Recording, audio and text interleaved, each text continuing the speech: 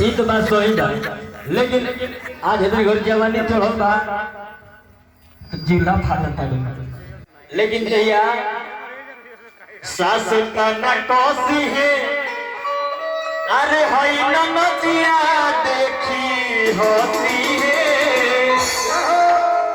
अरे हौ बलमुआ तुहरा में, हई बलमुआ ना हौ बलमुआ, आई तो बोल के मुआ हम हई तो सब बलमुआ, हसनी बलमुआ ऊपर बना। तो सास तना कोसी है, अरे हई नदिया देखी होती है, अरे हौ बलमुआ तुहरा में, हौ बलमुआ तुहरा में, तो बिना छिलले बसवा थोसी है, अरे हौ बलमुआ तुहरा में। हाँ सब तो बलमुआ असली बलमुआ ऊपर बढ़े, लेकिन कहे बा अरे कोहेला की दूधावा पियावो, अरे सोती जाता सिनवा। एक जनी शादी होई बा, लड़का छोटा में मिल गए बंदे हाथी जी लड़का कहता अरे कोहेला की दूधावा पियावो, अरे सोती जाता सिनवा, अरे ससुरा में मिलल बाए सखिया,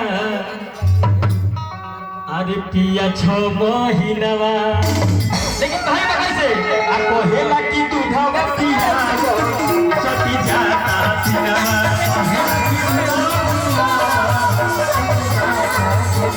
कोहेला की दूधावा पियावो, सोती जाता सिनवा, ससुरा में मिलल बाए सखिया, अरे ससुरा में मिलल बाए सखिया।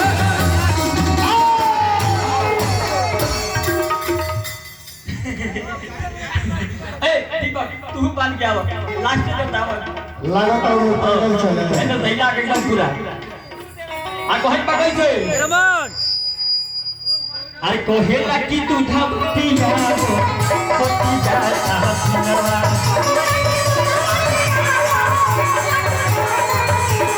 कोहेला की तू धमती है सोती जाता सिनवा, ससुर में मिलल बाए सखिया, आज ससुर में मिलल बाए सखिया, पिया 6 महीनवा।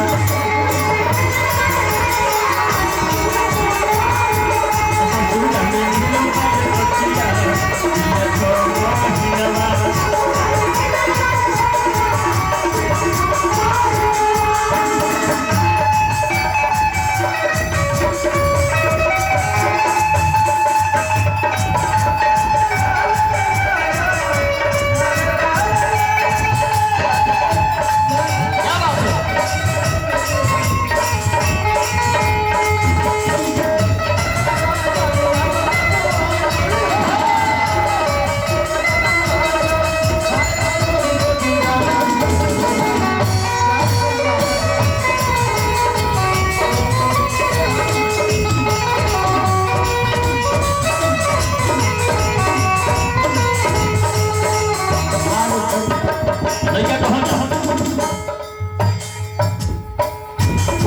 कैसे पियावा के बउआ रखे लहो,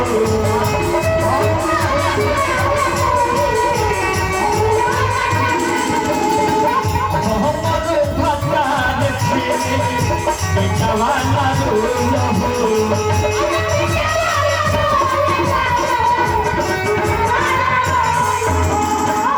कोही कैसे पियावा के बउआ रखे लहो, हमरो भतार खेले जवाना लहो, आ जेबल का ओढ़ना बिछमना सती जाता सिनवा।